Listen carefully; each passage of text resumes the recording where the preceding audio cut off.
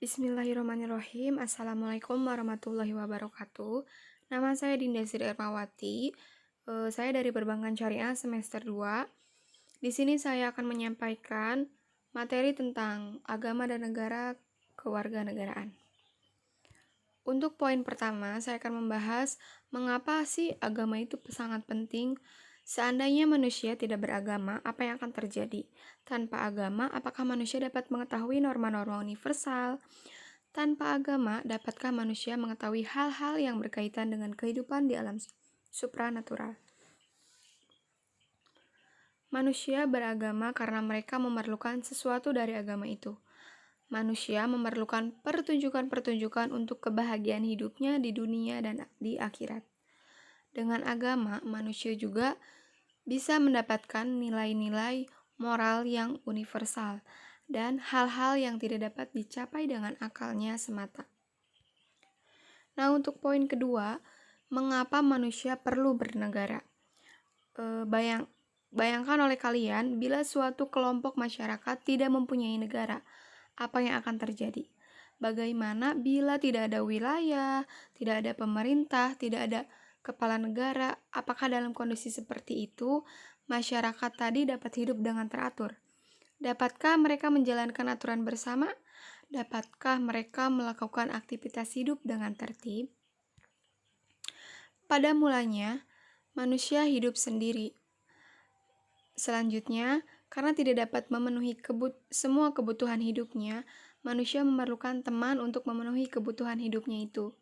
Nah, oleh karena itu, mereka kemudian bergabung dengan manusia-manusia yang lainnya. Karena jumlah semakin banyak, maka diperlukan pemimpin dan aturan-aturan yang disepakati. Dalam perkembangan selanjutnya, masyarakat memerlukan seseorang untuk disegani yang mempunyai otoritas untuk melakukan tindakan tertentu bila terjadi sesuatu atas mereka.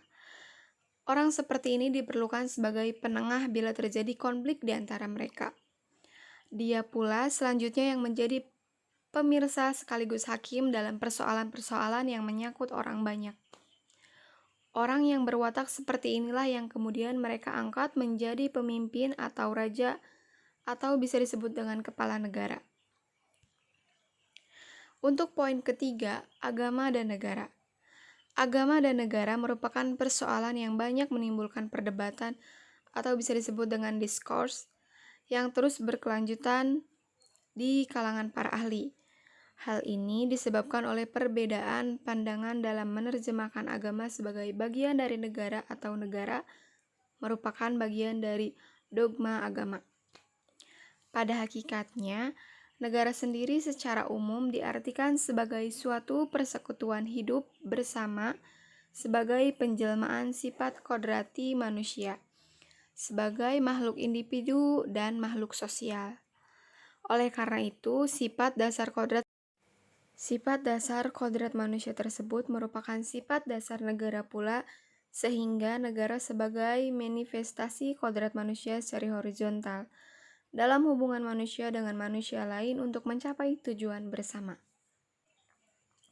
Nah, untuk poin keempat itu ada relasi agama dan negara. Nah, para sosiologi teotisi politik Islam merumuskan beberapa teori tentang hubungan agama dan negara. Teori tersebut secara garis besar dibedakan menjadi 3 paradigma pemikiran. Yang pertama itu ada paradigma integralistik dan yang kedua itu ada paradigma simbiotik. Nah, untuk yang ketiganya itu ada paradigma sekularistik. Untuk poin kelima, ini hubungan agama dan negara di Indonesia. Secara umum dapat digolongkan ke dalam 2 bagian, yaitu hubungan yang bersifat antagonistik dan hubungan yang bersifat akomodatif. Mungkin presentasi saya itu hanya sedikit, mohon maaf bila ada salah kata. Billahi taufiq wal hidayah. Wassalamualaikum warahmatullahi wabarakatuh. Terima kasih.